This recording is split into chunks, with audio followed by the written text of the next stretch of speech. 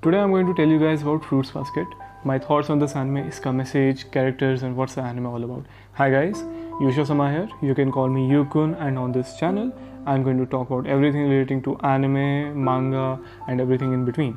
I wanted to introduce myself because ये अपना पहला वीडियो है, पर अब बिना किसी डिले के let's get into it. Fruits basket एक ऐसा एनिमे है जिसमें ज़्यादा डीप नहीं जा सकता मैं without giving spoilers, so we want small spoilers ahead. First episode of this anime हम होंडा तोरू से इंट्रोड्यूस होते हैं and from the first scene she is coming out of tent in the middle of the jungle to go to school. इसे हिसाब हो जाना चाहिए that this isn't your typical rom com anime where the girl runs with a piece of bread in her mouth. हमें फिर आगे जाके पता चलता है कि that her father died when she was very young and her mother passed away in an accident, after which due to some circumstances she went to live in a tent in the middle of the jungle. Now in my opinion ये best introduction अपने main character का है, क्योंकि throughout all this and seeing so much pain she can still smile, which builds a character for the whole anime. उसके बाद हमें सोमास का introduction होता है. Initially Soma Yuki and Shigure Soma and then we learn about the curse of the Soma family etcetera et cetera.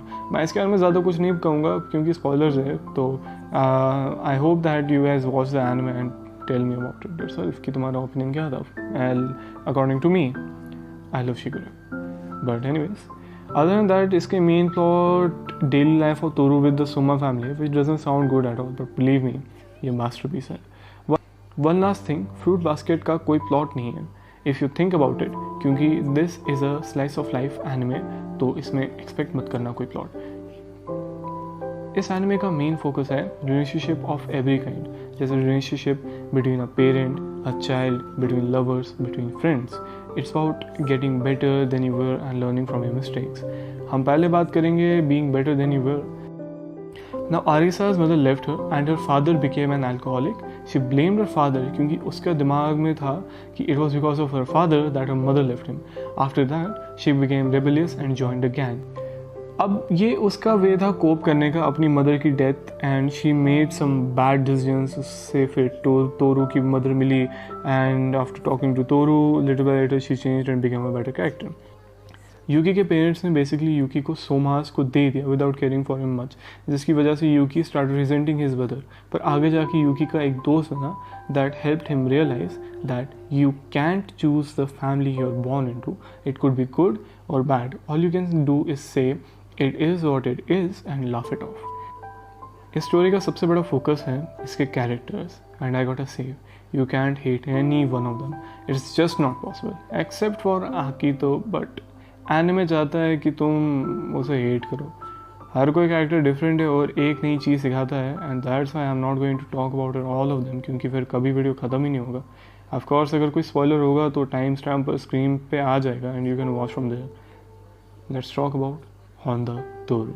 अब in my opinion she is one of the best anime protagonist ever, क्योंकि हमें पता है कि तोरू ने वो एक्सपीरियंसेस किए हैं जिससे दूसरे कैरेक्टर्स इस एनिमे के या तो गो थ्रू कर रहे हैं या फिर एक्सपीरियंस कर चुके हैं. अब उसको पता है कि वो क्या कह रही है, बिकॉज वो उस सब से बीत चुकी है ना, एंड उसके पास कोई एनिमे प्रोटैगनिस्ट वाली पावर नहीं है, और वो एक नॉर्मल हाई स्कूलर है जिसकी अपब्रिंगिंग और एक्सपीरियंसेस ऐसे थे that change her for the good and that she can help others. Anime उसको सिर्फ एक्सपीरियंस देता है, जैसे the death of her father made her speak more politely, the love of her mother made her kind to others. और अपने first season का focus यही है कि इस दुनिया में हर कोई इंसान अच्छा नहीं होता है, बट अगर तुम भी बुरे हो गए सो व्हाट्स द पॉइंट.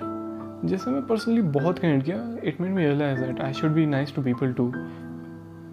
एक और पॉइंट हो गया तोरू का कि कभी भी स्टोरी डार्क हो रही हो या फिर ऐसा लगता हो कि that this one character is going in a bad place, Tohru steps in and saves that character.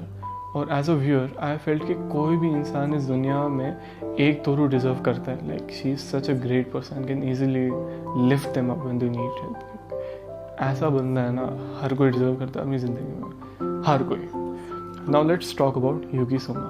He is one of the second characters to be introduce in the show, और इसकी पर्सनैलिटी एक perfect anime character की तरह portray की हुई है. Like everyone on school crushes on him, everyone likes him, and all in all उसका जो प्रिंस वाला टैग दिया है ही फिट्स इट परफेक्टली. जब हमें आगे जाके स्टोरी में पता चलता है कि he is not perfect, he has his own issues and problems is trying to deal with, जैसे उसके issues with his mother and how उसका रिलेशनशिप उसके भाई के साथ नॉन एग्जिस्टेंट था फॉर अ वाइल, क्योंकि उसका भाई आया ने उसे अपनी फ्रीडम के लिए सेक्रीफाइस कर दिया, और कैसे आकिदो ने उसे मेंटली टॉर्चर किया था। हम यूकी को उस सब से ऊपर उठते देखते हैं, which is hella satisfying. You gotta take my word on that. Now let's talk about Kyo Soma. जब ये पहले इंट्रोड्यूस होता है, he is introduced as the opposite of Yuki. जैसे ही यूकी काम है, कलेक्टेड है, क्यों बहुत स्पैरेटिक है और इम्पल्सिव है। हमें आगे जाके इस कैरेक्टर के बारे में बहुत कुछ पता चलता है, जैसे वाई डज ही हेट यूकी, उसका कनेक्शन क्या है तोरू से, and a lot of things. First half of second season उसी पे फोकस्ड है। स्पॉइल नहीं करूँगा मैं, watch it for yourself, you won't regret it. This is the only side character I will talk about. तो शिगरे का कैरेक्टर ऐसा है that you just can't hate.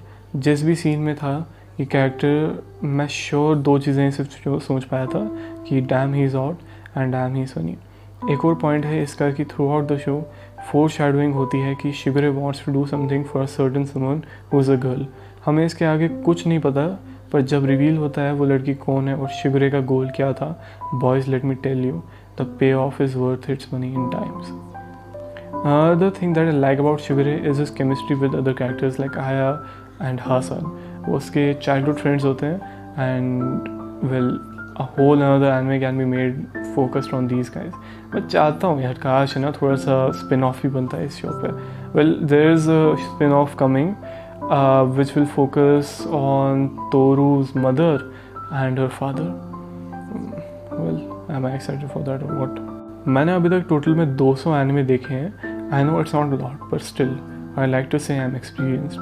पर मेरा ये 200 कुछ एनिमे देखने के टाइम पर मैंने से कुछ ही एनिमेज को मास्टरपीस कहा है।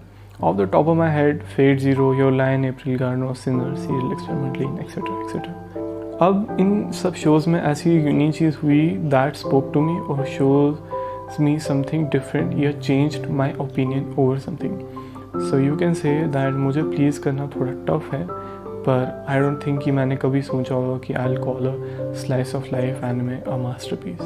पर Fruits Basket का message, characters and everything related to it was just done so well, I couldn't ignore it.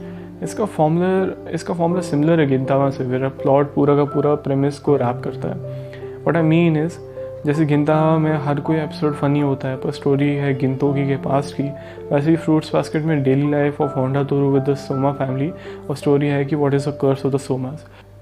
अब personally I think the formula is genius, क्योंकि इट्स लाइक तुम रिलैक्सड हो watching the daily life stuff, पर at the same time तुम engage हो story के साथ ये पता करने के लिए व्हाट हैपन्स नेक्स्ट।